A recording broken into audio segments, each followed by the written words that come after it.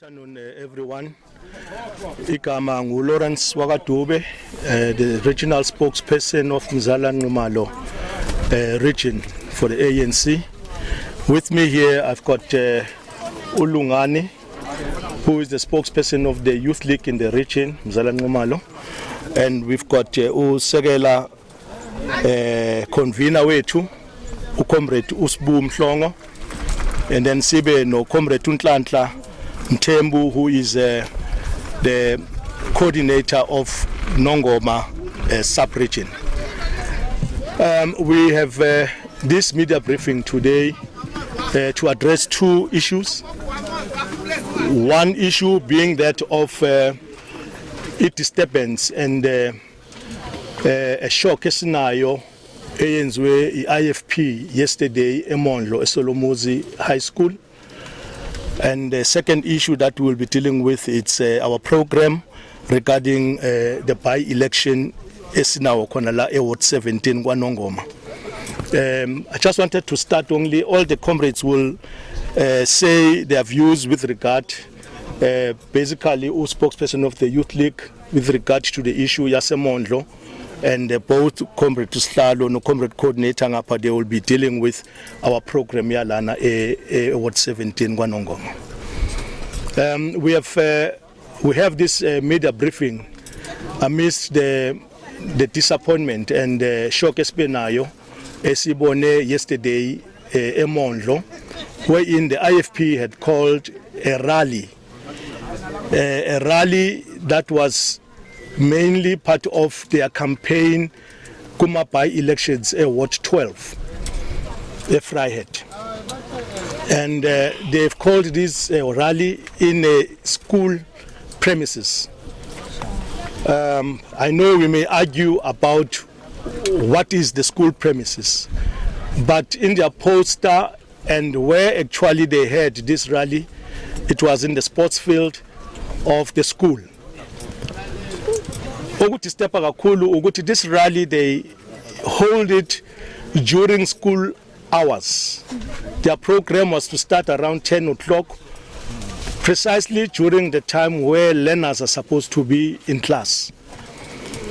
And we are shocked, Uguti, they continued, even though they see, or they saw, Uguti, it was not proper for them to have such a program, particularly during school hours and in the school premises.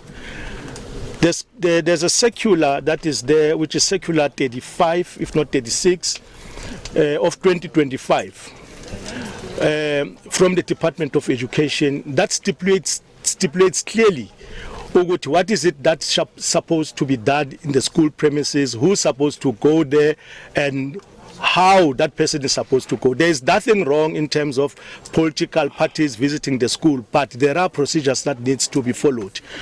Now, this leaves a lot to be desired, such that it calls, we are calling for the Department of Education to investigate the matter as to who basically gave the permission for a political party to have such an activity in the school premises. And secondly, we're also challenging the IEC to look into the matter, because we strongly believe, Uguti, in the code of conduct for political parties, such conduct, it is not permissible. So that is the call that we have. We have issued out a media statement yesterday on the 2nd, wherein, as the ANC Mzala Nxumalo region, we were really condemning this blatant disregard for education at Solomoni High School by the IFP. I thank you. Most probably you can give the Youth League so that we can hear the views of the Youth League, because we are trying to build a nation. Ama-school hours. So kusho ukuthi labantu vele abanandaba nekusasa lezingane zethu. Thina ke njenge Youth League asikwazi ukuthula uma kwenzeka izinto ezifana nalezi, because laba abantu abalapha eSolomoni High School bayi constituency yethu, ngoba iYouth League iqala ku 14 years kuze kube ku 35. So we believe ukuthi laba abantu abalapha they form part of our constituency. Therefore we cannot keep quiet isibone ukuthi izinto ziyonakala. Isinqumo esisithathile ke ezi Youth League, we will be writing a formal complaint to the IEC and also to the Department of Education ukuthi aba investigate leya matter and then otholakalayo ukuthi uyena obe responsible for leya nto they must be held accountable ngoba asikwazi ngempela ukuthi sithule kuphazamiseka ikusasa lengane zethu and lento bayenze deliberate sihlalo why ngisho njalo it's because they know ukuthi within that school vele they are learners who are now eligible to vote so they wanted to go and attract their attention bebona ukuthi engazuthi iqembu le-IFP lona kuphela eliphilayo so ukuphula kwabo kumthetho asikho happy ngakho we understand ukuthi sine by election lapha yana onke ama political parties are allowed to campaign but the manner in which we are campaigning kufanele sikwazi ukuconsider futhi ukuthi are we campaigning in a correct space na yini kuso lesa sikole lesiya less than 3 kilometers kukhona iMondlo Stadium why bengayithathanga event bayibeke eMondlo Stadium why bezoyibeka kuma premises esikole so obvious bakwenze deliberately to achieve whatever they want to achieve but as the youth league we are adamant ukuthenini sizokumela lokho esicabanga ukuthi kuyiliqiniso sizoyibhala lezi incwadi further senze follow up ukuthi ngempela ubulungisa buyenza kayini so that in future any political party efuna ukuthi ihost a similar event izokwazi ukuthi ilandele imigudu efanele and I don't believe ukuthi bebengazi bayazi ukuthi nje bayilento abayiyona so bakwenze ngamabomu ngiyabonga kakhulu. No, thank you so much. Greetings to yourself, all our media who are here today. Comrade Dube, our spokesperson say region, Comrade Lungane, spokesperson say Youth League. We are also greeting Ubaba Umthembu, okuyena coordinator ama elections kwaNongoma. Here with us also we've got councillors from various municipalities, starting off with uPhongolo, Edumbe, Vryheid, Ulundi and kwaNongoma. We've got the leadership yama sub-region ahlukene who are here to canvass. We've also got the members the RTT okuyisona structure umuntu abhilonga kuzo as well esibuholi buka ANC kule region yethu esibiza ngomzala Nxumalo. I think the first part briefing has been covered squarely. All what we are saying into yokuthi uIEC akasilekelele entweni yokubona ukuthi is it permissible lini ukuthi abantu benze and ba behave the way aba behave ngakhona yesterday okuyi IFP unfortunately. Number 2 sikhuluma ngokuthi iculture yakwa education yokufunda nokufundisa should be respected at all cost. Kungekudala besibonga ngasi celebrate ama results eclass lika 2025 laka grade 12 because siya prioritize into ekhulumisa into yakwa education no health. Hence they are given a budget enkulu national and provincial because iyona key but it's a societal responsibility indaba ithinta wonke umuntu indaba yokufunda kanye nendaba yakwa health. So that one I think we are happy ukuthi ama comrade amabili awakhafe kahle lawo ma issues. But what I wanted to talk about here is about by election noma ama by election akhona la kwaNongoma sinama by election amathathu. Ward 17 esikuona namuhla but there is Ward 7 nakhona on a by election no Ward 20. In terms of the constitution of the country is supplementwa electoral act. Uma kukansela eresignile noma eshonile noma in whatever way ayithole ngasekho ku structure sokuba icancel lapho kade khona kubalulekile ukuthi kungabi ne vacuum kufanele ukuthi abe replaced. Sikhuluma la ngama ward councillors not ama PR councillors.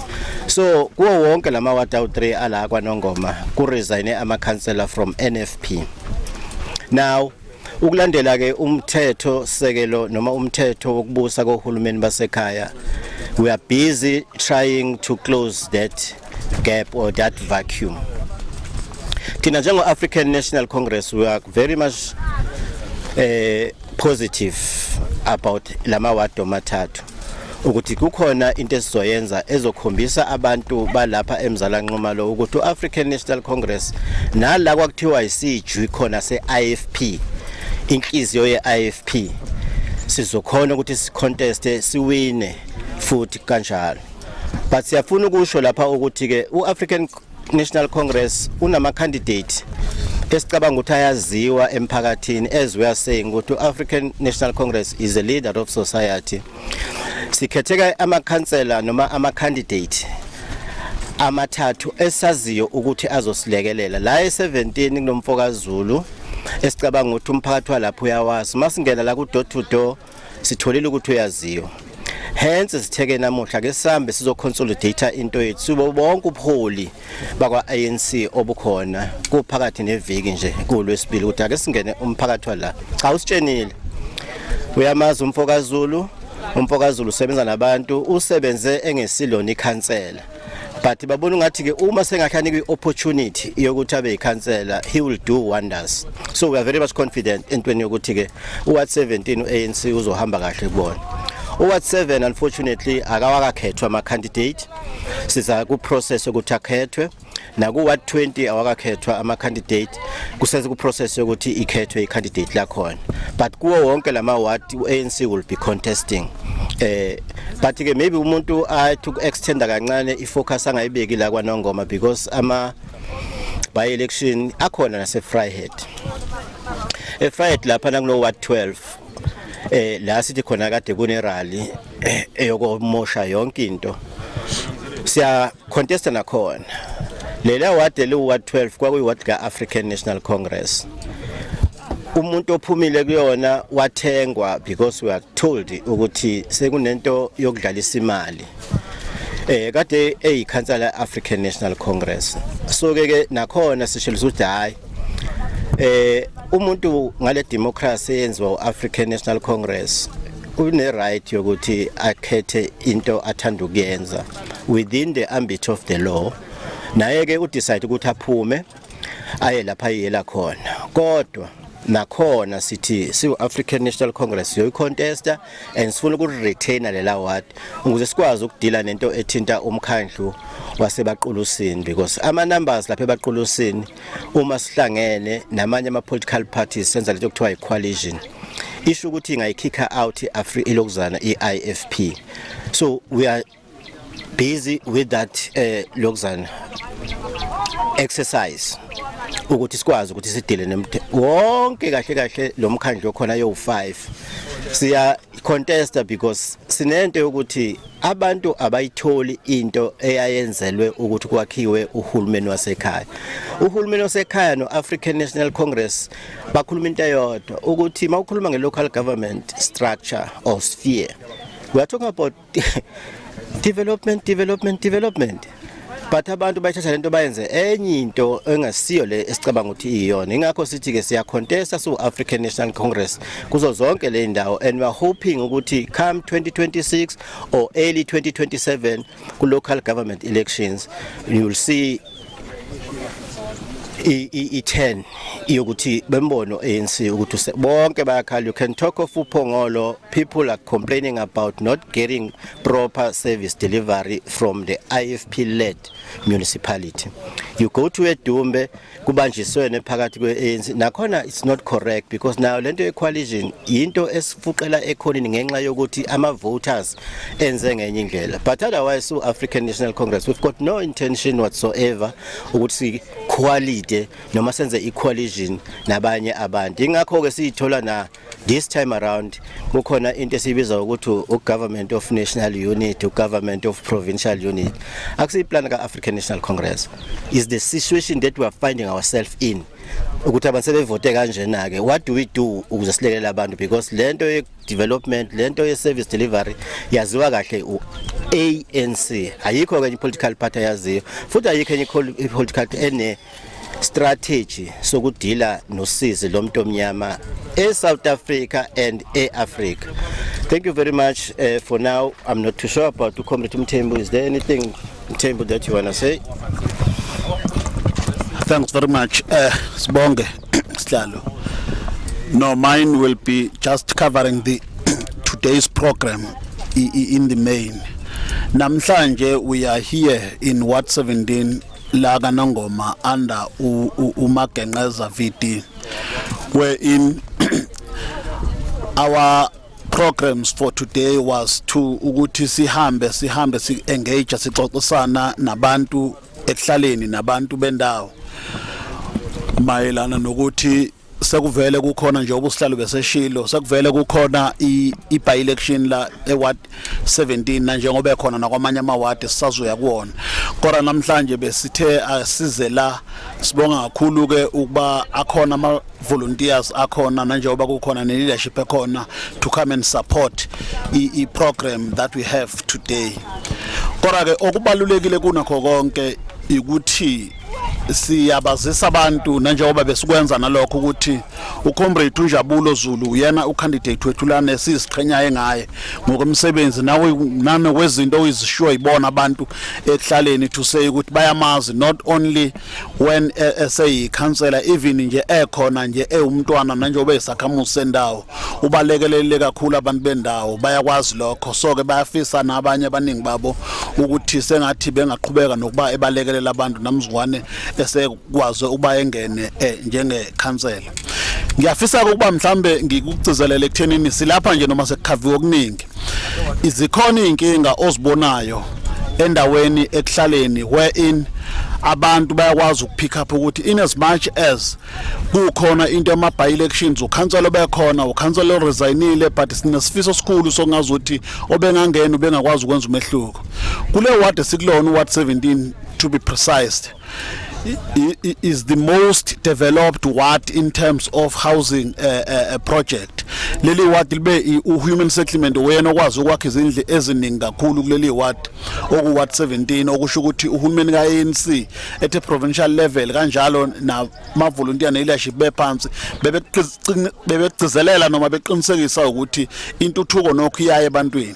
Sila esikhona namhlanje endaweni under iMagengaza Viti kwaMakhura right at our backs la emva kwethu kune campsite ye housing project eqhubekayo kuyibhuquni project ezokwazi ukuba iqhubeke bakhavela abantu njengoba sibona namanje la izindlu ziyakhiwa kule ndawo njengoba bese zakhiwe nakwabanye nangaphezulu kodwa okusikhathazayo kunakho konke uma singena la ebantwini basitshela ukuthi amanzi abanawo futhi hayi ukuthi amanzi abanawo namhlanje amanzi abanawo la as back as 2022 or so amanzi awekho la yethu sibe sazi ukuthi the government with the responsibility okuyi ZDM iyona responsibility ukuprovide abantu ngamanzi ayikakwazi ukwenza lokho so ke kubalekile ukuba sikhave lokho but we are very hopeful futhi sibonga kakhulu ukuthi ama comrades nabo bonke abantu baphumile we are hoping that ukuthi ke abantu bakonongoma nabantu base Ward 17 bazokwazi ukuba bekwazi ukuba beseke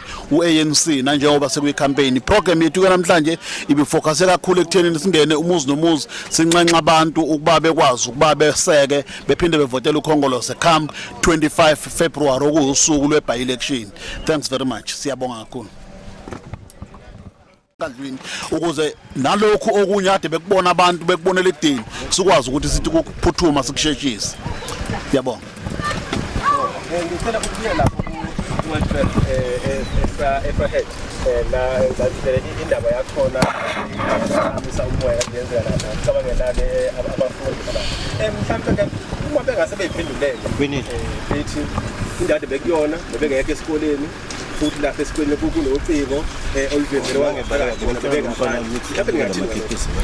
cha sinesiqiniseko nje sokuthi even if bangasho kanjalo we are aware and we are definitely sure ukuthi imoto ziyezangena in the premises of the school so that itself nje it's a problem they had parked lapho and number 2 I heard ukuthi the school had to close early because of obviously abantwana abakhona when they see ukuthi there's something happening just there automatically their body will be in the classroom but their minds will be elsewhere so even if bangazama ukuthi bayas defender it was wrong and it doesn't show any regard for the culture of learning in our schools. Okay, Dr. Ikhona ni report eniyitholile from tuition pool noma esikoleni nje abantu themselves njengoba lishilo ku statement.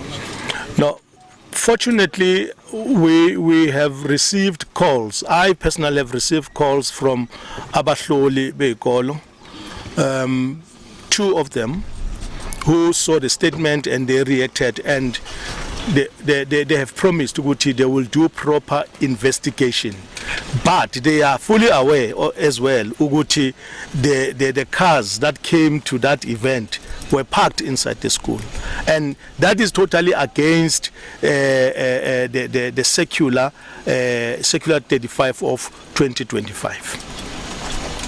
So mhlawumbe okunye okungabuzwa umuntu la ukuthi lo government of mhlawumbe iGPU ngokwesifunda sakwaZulu Natal uyaziwana ukukhona ubambisana khona between ANC and IFP. Then makuze mazingena phansi ehumeni wasekhaya bese bakhona clash kulo uthini kumuntu njengomhlali. Ngicela ukuyiphendula le. As much as sibambisene nabo ethe provincial and national level, kodwa ukubambisana kwethu akumele kusenze sibe silent uma oyedwa wethu kukhona umthetho awuphulayo. We expect them to do the same. Uma ngathiwa nathi as inhlangano African National Congress khona umthetho esuphulayo, sibalindele ukuthi nabo besigxeke ngendlela abangasigxeka ngayo, besiqondisa igwegwe ngendlela abangasiqondisa ngayo igwegwe. Hence besingeke sikwazi ukuthula sibabona ukuthi lokho abakwenzayo akukho emthethweni, regardless ukusebenzisana kwethu nabo provincial and national. I'm right. Sure, Musbo. Baba ngizokhuluma lapho mana kunento security eshoyo ukuthi kunamakhansela athenge kodwa bakhalela iqembu. Kodwa ngisengizwa nawe usiyabheka lokho ukuthi mhlawumbe khona nokufakaza. Yeah, no. Asikhuluma iqiniso la elinto ethi into esenza i-investigation njengo African National Congress. Kodwa siyafuna ukusho ukuthi ngoba ukhansela ikakhulukazi oqala lo wethu se-Ward 12 uyaxoxisana namakhansela ethu ase-Vryheid ebaqulusini. Lento sizwe before yenzeke ukuthi kunabantu be-IFP ababa approachayo ukuthi between now nohulumeni ozoza wasekhaya ukhetho bacela ukubakhokhela imali ezikhava leyo period bese umuntu ayaphuma. So sizosho ukuthi ke leyo nto siyithola uma besireportela ikakhulukazi amakhansela akhona ebaqulusini, but asifuni ukusho ukuthi ubani okwamanje because lokho is equal to corruption. And masi launch i-complaint formally sizokwazi sivule icala against kulabo bantu labo abenza leyo nto leyo. Hayi lo fafana kodwa khona corrupt manje kuzobaluleka ukuthi lento siyitreat ngobunono ukuze ingaphunyuki because sizobe siluza amandla le democracy esayilwela eSouth Africa masi kodwa ngekudala sonbiza futhi sesinitshela kwenzakalani nalapha futhi lawa NFP resignile sesiyitholile information ethi resign kanjani and mark my word bonke labantu abaphumile abazukuya ku NFP abazukuya ku DA bazoya ku IFP, and then you can read between the line ukuthi obana ama culprits kuyo yonke le nkulumo esiyikhulumayo la. Maybe to add on what Corporate Square has said, you know, there are pictures circulating that in the very same event yesterday, our own, councillor law or Pumile was accepted yesterday in Kateni. Yes. It's public, it's known. I mean, pictures are there. He Begazo welcome yesterday as a member of the IFP. What does it say to you? I think even a child or user a common sense yakhe waka grade 4 can see nje ukuthi kukhona okwenzakalayo. Mhlawumbe ngathi sajini lami ukuthi ibheke nje i-overall noma general nje isimeni sokuthi njengokubambisana kwamaqembu wonke kakhulukazi ngama-local, provincial national ini nje banibuka njengabafundi kuyawusebenzela nomphakathi osuke udinga idingo udinga ukuthi ukwazi ukusebenziseka ngendlela efanele mhlawumbe kukhona khona even la ngendlela abafundi nikubuka kusebenza yini ngendlela kwenzeka ngayo. Yeah, as I was saying earlier on baba ukuthi it was not our intention as African National Congress to work with other political parties, but ama results okhetho asho lokho siyakuhlonipha ukushuwa abantu nathi sithola sifosekile ukuthi sikwenze ngoba sekukhuluma abantu, but I think abantu they've realized ukuthi lento lena doesn't work and abakwazi ukuthi baphine umuntu down bethi why are you not doing one not nakuba sikubona njalo into embezakalayo ANC ANC but abasho ukuthi yini i-government of national unity. So ke sizama ukuthi siphendule umbuzo wakho othi akusinto right ayikaze yaba right futhi ngoba yenza ukuthi unga account kahle. So ke ingakho ngithi ke mina sizolwa endabeni yaka local government election ukuze sithathe sithole i majority kuwo yonke lemkhandle u5 but futhi no national usho njalo naye ayikaze kwacatshanga unational ukuthi siyayithola sesisebenza kanye neDA ebuye ilwe ngama policies ethu kodwa the material condition esikuwo manje isithola ukuthi ithi asenze njalo. So sifuna ukusho ke to be straight in your question ukuthi no akusebenzeki kahle. Umholi wezifo EFF recently kade khipha udaba lokuthi le ama by election ngenxa yokuthi imosha imali imosha isikhathi abantu basuke emphakathini beshilo ukuthi bafuna iqembu elithizeni endaweni ethizeni bafuna besho so kungani kungeke ukuthi iqembu makuthi beku ANC ephethela delegate womunye umholi azophatha la maku NFP kanjalo delegate maku IFP kanjalo. So into ade shiwo umholi weEFF kulesi sigaba ubheka ukuthi ubuka ekutheni lento imosha ama resources estate imoshe imali kanye nesikhathi nithini mhlawumbe khona uPaul lokho sizivala kuloko but akekho honest entweni ethinta electoral act esiyikhiphe ku constitution. Yabona ku local government kuhlwana kabili ama council khona lama councilor esithi yini ama ward councillors kube khona lesithini ama PR councillors. Kuleyo nto leyo ku PR ngoba usuke kuthathwa ivolume envotelwe ngayo IEC ehlonipha lokho ukuthi abantu abaningi banivotela. Uma kuphume umuntu weIFP eshonile noma eresign noma uIFP une right yokukwenza ukuthi alethe same candidate le IFP without going iprocess yani yokuvota. Kodwa bese kuba khona la kuthiwa khona ukhuluma ngomuntu oyi-ward candidate. Lapho ke ilapho kuthiwa khona kusho ukuthi nomuntu enimkhethile akuyotestwa futhi amanzi ingakho sila manje ngoba ku-resigne i-ward candidate. Ukuba kuthiwa beka i-PR lo muntu oresignile noma washona i-NFP bizoverify umuntu wakho without any by elections. So sizama ukusho ukuthi le democracy isizama ukulekelela abantu ngokuthi ithi akekulalela intando yabantu. So ke uJulius mayikhuluma leyo nto ngizama ukusho ukuthi akekho honest because uyena umuntu ohlala eParliament nabanye ama political parties bakho umthetho uIEC akathi yena kuzoba nzima ukucontesta ku local government njenge EFF because akukho khona. Yabona nje la akukho khona. So ke uma ngekho khona ke usungakhuluma noma yini ukufuna ukuconfuse abantu but there's no such. Angazi noma kukhona abafuna ukuthi beede kulolo kodwa I was actually trying to cover everything.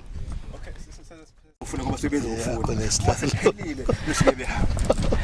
No siyabonga ukuthi nibuze leyo mbuzo loyo because lo mbuzo loyo usibuyisele emuva kwi decision esayithatha kwi conference ephelile ka national nesi reaffirmile njengoba siku conference yokugcina ka national ukuthi iorganization yethu it's about time ukuthi singembakhe kule program okuthiwa i-renewal. Izinto eziningi ikakhulukazi ngenze example ngalapha esikhona ukuthi lapha bekwaziwa ukuthi kuno IFP kuphela. Uma uke wabonakala kuthiwa uANC noma uyini uyisitha uyabulawa uyashaywa uyaxoshwa uyadingiswa. Now yayisivumela ngaso sikhathi inhlangano kaANC ukuthatha nje noma ubani umfake as long as ezoba imember kaANC sandisa uANC endaweni. Bese singasabuki isigatshana esincane esikhuluma ngokujoyina uAfrican National Congress njengemember. Lapha na ku constitution kaANC ithi imember ukuze ukumember kuba member akusuyo into enzima. Thatha nje ikhadi uyahambela. Kodwa ukuzungene epholini ithi ku BEC fanele ube no 2 years. Uhlezi nje uyimember sisakubuka. Ukuthi awunayo imember esijoyinile ngathi ikhuthele le member in but kancane kwaphela sithi sizama ukuthi sithole as many membership as possible. Kodwa manje we have realized ukuthi no lento ulimazelo uAfrican National Congress entweni enikhuluma ngoba manje it's about iproximity. Angibambi position ukuze le position ngilekelele ukuze ngithuse duze nemali. ngikhansela imember yeparlament imember yase legislature but ku process ke manje yeni ye renewal akekho umholi ozokhethelwa ukuthi angene esikhundleni sika African National Congress engaqualify ngokwe constitution ka African National Congress so ku branch uye ku sub region uye ku region uye ku province uzogcina ku national ko national na ko province fanele ube ne membership ka 5 years ungakhethiwe usebenza nje beze bekubone kahle ukuthi cha yavuthwa lensizwa le isiyayazi nemithetho iyawazi namapolice yabona kwesinye isikhathi ukuthola ukuthi nathi sizama ukuthi singene endaweni ezithize uthola ukuthi masifuna si recruit umthembu hayi mthembu thina sokunika itender uyakwazi wena ukusiyeke sibone wakho umgwaqo uyakwazi wakho umgwaqo athi mthembu ngiyakwazi ukuthi woza la sokufaka sekunikeza ithe that is not going to happen manje kade kwenzeka lokho ngoba phela ngitsinzani siya recruiter sizama ukungena nasendaweni manje lo muntu lo ungasamnika itender uzokwenzani ingakho ke kwesikhathi thola ukuthi sinabantu abangamahlongandlebe abadisciplinwa everything sinama council atholakala echargewa ngento ye corruption because kwesinye isikhathi I recruitment yethu ne quality ye membership esinayo ayisho kahle so ke kuthiweke ke enye into kufanele siyisho eyinkinga futhi esilimazayo into ekhulumisa istandard sokufunda njoba sikhethile la sithi uya qualify uyaziwa umphakathi ngoba kwesinye isikhathi asithi thina akabe popular aziwe but okubalekile ukuthi uyimember nika African National Congress in good standing over and above kunama qualification uANC athi council kufanele ibe nawo mawungenayo njena ugrade 12 hayi siyaxolisa kancane ngoba phela into lezi lapha na ngithi sibayibhala ngalo limi lwakhona now sifuna ukusho ukuthi ke irenewal yaka African National Congress kufanele nathi kule level yethu yokuleader eregionini siyibuye ngamehlo amabili and futhi sikwazi ukuthi si comply kuko konke abathasikwenze manje so sizama ukusho ukuthi ke all in all ukuphendula umbuzo wakho kuzawulungiswa siyakulungisa if it means siqale phansi yonke into uANC is prepared ukuthi masikhuluma ngento renewal qalwe phansi and asifuni renewal enamehlo sifuna irenewal njoba sibekiwe siyi leadership yokuthi makuthiwa ucandidate fanele abe no 12 uma sikhona kuzokhetha ucandidate fanele abe no 12 fanele aziwe umphakathi fanele ngabi nawo amacala eyachargewa ngawo for the last 5 years those are the things esibiza ukuthi ama requirement ama candidate kanjalo la ku province imembers ze legislature kanjalo na ku national imembers ze parliament kuzohamba kanjalo nje bathenye into umhlonishwa yakube ukuthi ama politician nisho kunye nenze okunye so now akuzukuba ileso sigaba sokuthi ba cishe njengoba ukukhuluma umbutho okusesikhathini la udesperate khona ekutheni ukwazi ukuyibuyisa uyiqoqe njengoba kade abantu bekulandela before but ke sesikuyiwa phambili kulezo ikhathi ni desperate ngeke kwenzeke mhlambe kugcina kuba khona phela ngoba uma udinga ugcina kwenzeka ungasenzeki njengoba ufisa kodwa kwenzeka ukuthi uyadinga so ngoba leso sikhathi ukuthi njengobuholi nini yonke nini iqoqa niyaphambili akuzukuqhamuka leso sikhathi nalo mzuzu le I doubt lo khulumayo kuye kwenzeke kwezinye izinto kuthiwa ku upliftwa umthetho thize but ngenxa ukuthi kune structure zaka African National Congress ezinike imandate esikhulu kakhulu kunazo zonke esidecideayo uNEC kufanele kube icase a very peculiar angeke kube into enziwayo yonke ngoba sine into ibhalwe phansi manje submita igama lika Zulu mina candidate yala kufanele ukuthi uma kuthi number 1 email noma female email una u10 noma akanawo uyaziwe endaweni noma akaziwe una amacala si submita kanjalo le nto leyo angeke kube kuthini ukuthi sithi hey ngoba sibona umuntu lapha vele simfake lo sicimeze akekho macimeza manje siwavule ngawo amabili amehlo ukubona ukuthi asiphambani nomthetho sesibonile ukuthi kwesinye isikhathi besizama kodwa futhi akusebenzela ngo-African National Congress. Particularly coming to what all the wards that are having a by election siyathanda nje ukududuzela bonke abantu ukuthi if they haven't registered bazama ukuthi bayenze bayema offices we-IEC bayo register, and siyabacela futhi ukuthi when it comes to that day wherein kunama votings for ama by-elections, they should vote the ANC because of the track record in terms of his service delivery esibayenzele yona. You know, as I'm driving ngiza ngapha from Vryheid ngizo ngena la kaMajumani ngiza la, we've got a tar road that all of us nani niyazi sesebancane ukuthi bekuyi dust road leya kungahambeki.